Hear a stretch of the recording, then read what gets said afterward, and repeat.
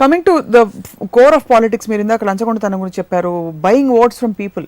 ప్రతి ఎలక్షన్లో డబ్బులు తీసుకోకండి అని ప్రచారాలు కొనసాగుతాయి.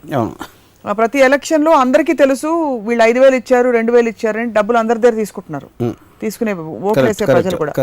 సో అది లంచం కిందకి రాదా? 100% ఆఫ్ కోర్స్ లంచం కింద వస్తుంది. ఇక్కడ 2 రకాలు ఉన్నాయి. ఓట్ల దగ్గర డబ్బులు ఇచ్చడం ఏంటంటే, ఒకటి సీక్రెట్ బ్యాలెట్ అనే కాన్సెప్ట్ ఉన్నప్పుడు అది లంచం కింద అవసరం కొద్దీ ఇస్తున్నారు. లంచం కూడా కాదు యాక్చువల్గా, ఓటుకి డబ్బులు ఇచ్చేది లంచం కింద కాదు. ఎందుకంటే ఎవడైతే తీసుకుంటున్నాడో వాడికి ఆల్రెడీ తెలుసు ఈ అవసరం కోసం ఇస్తున్నాడు, అప్పుడు వాడికి లాయల్టీ కూడా ఉండదు. First of all next point I'm going to come to is అట్లా లంచగొండితనంలో లాయల్టీ. మీరు మాట్లాడే లోపు ఐ డోంట్ థింక్ నేను మీ దగ్గర, సతీష్ గారి దగ్గర, ఇంకోళ్ళ దగ్గర, ముగ్గురు దగ్గర ఓట్ వేయడానికి డబ్బులు తీసుకుని ఎవరో ఒకళ్ళకే వేస్తే ఇద్దరిని ముంచేసినట్టే కదా. 100%. మరి అక్కడ అదే కదా, ఇప్పుడు మీరు అవినీతి జోన్లోకి వెళ్ళినప్పుడు ఎవరికైతే ఇచ్చారో ఎవరు తీసుకుంటున్నాడో అందరూ కూడా అదే కేటగిరీలోకి వస్తారు. సో ఎవరు ఎవరిని నమ్మడానికి what is the thing that chance ఎలా తీసుకుంటారు ఎవరైనా? బట్ మీకు వేరే ఛాన్స్ లేదు కాబట్టి మీకున్న ఆప్షన్స్లో బెస్ట్ ఆప్షన్ మీరు తీసుకుంటున్నారు. వాడు చేస్తాడా లేదా తెలియదు, తీసుకున్న తర్వాత ఎగ్గొడతాడా లేదా తెలియదు.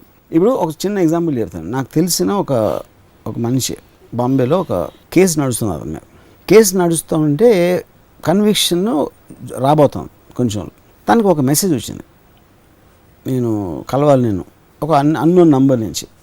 ఎవరిది అంటే, నీ కేసు విషయం మాట్లాడాలి అంటే ఈ కొంచెం కంగారు పెట్టి వెళ్ళాడు.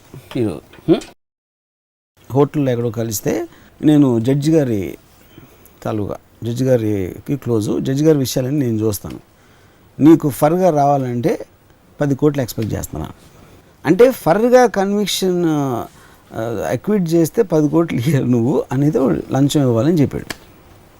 ఇప్పుడు తనకి తన లైఫ్ అంతా అంటే చాలా సంవత్సరాలు జైల్లో ఉండాల్సిన అగత్యం ఉంది. ఒకవేళ ఈ 10 కోట్లు ఇస్తే కనుక నాకు జైలు శిక్ష తప్పుతుంది అనే ఒక ఇది ఉంది. ఇప్పుడు ఇది ఇన్నోసెంటా కాదా అనేది అతనికి తెలియాలి. ఇన్నోసెంట్ అనుకుందాం ఫర్ ఎగ్జాంపుల్, కానీ తనని జైల్లో పెట్టే పవర్ ఒకటికి ఉందని తను నమ్మినప్పుడు, తనకి ఆ 10 కోట్లు ఇచ్చే ఒక ఆధారం ఉన్నప్పుడు తను ఇవ్వాలా వద్దా అనేది ఒక పాయింట్. నేను లంచం ఇవ్వను అని మీరు లాజిక్ని లేకపోతే మీ మారల్ దాన్ని పట్టుకుంటే మీ లైఫ్లో ఉన్న 10 ఏళ్ళు పోయినా పర్వాలేదా అలాంటి నిజాయితీ పెట్టుకుని?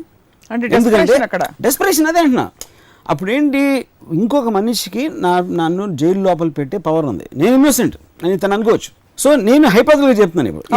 ఇప్పుడు ఏమంటాడు, ఓకే నా 10 కోట్లు పోతే పోయింది, నా 10 ఏళ్ళు నాకు వచ్చేస్తుంది ఎలాగో ఆ జడ్జో ఇదో అని వీడన్నీ ఆలోచించి ఇచ్చేసాడు. ఇక్కడ మీరు ఇన్నోసెంట్ అని హ్యూమన్ ఇంట్రెస్ట్ యాంగిల్ పెట్టారు, బట్ అదర్వైజ్ పవర్ స్ట్రగుల్ ఉండే అది ఇక్కడ ఇది దేంట్లో పెడుతున్నా అంటే అవసరంలో పెడుతున్నా. ఇది నేను చెప్పింది ఏంటి, నా అవసరం, నా వ్యక్తిగత అవసరం. నాకు దేశం అంటే నాకు రెస్పెక్ట్ ఉండొచ్చు, చట్టం అంటే ఉండొచ్చు, కానీ ఈ పర్టిక్యులర్ ఎపిసోడ్లో నాకు ఎలాంటి అన్యాయం జరగబోతుంది, ఆ అన్యాయం నుంచి నేను బయటపడటానికి నాకున్న ఒక అవకాశం లంచం ఇవ్వటం అని వచ్చింది అనుకోండి, అది అవసరం అనే ఒక వర్డ్ నుంచి వస్తుంది. అది అప్పుడు అది అఫ్కోర్స్ ఇట్స్ ఎ క్రైమ్. ఎందుకు క్రైమ్ అనేది అది ఫినిష్ చేస్తాను. వీడు ఇచ్చేసాడు డబ్బులు, కన్విక్షన్ వచ్చిన తర్వాత ఆబ్వియస్లీ వాడు ఎవడైతే అన్నాడో మోసం చేశాడు. వాడికి జడ్జి తెలియదు, ఎవడో తెలియదు. వీడికి ఉన్న భయాన్ని వాడు వాడుకుని వాడు ఒక అబద్ధం చెప్పి డబ్బులు తీసుకున్నాడు. ఇప్పుడు మీరు వెళ్ళి కేసు పెడతారా? పెట్టలేరు. ఎందుకంటే నేను లంచం పెట్టి డబ్బులు ఇచ్చాను, డబ్బులు ఎందుకు ఇచ్చావు? జడ్జికి లంచం ఇస్తావా? మళ్ళీ అదొక సెపరేట్ కేసు ఆడి మీద అవుతుంది. అప్పుడు నోరు మూసుకున్నాడు, ఆ డబ్బులు పోయి జైలుకి వెళ్ళాడు.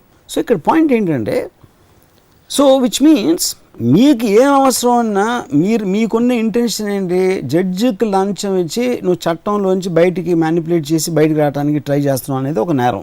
మారల్గా నాకు మనిషి తెలుసు కాబట్టి వాడి అవసరం నుంచి వచ్చింది అనేది నాకు ఒక సింపతి ఉండొచ్చు, but on a wider angle it is a crime.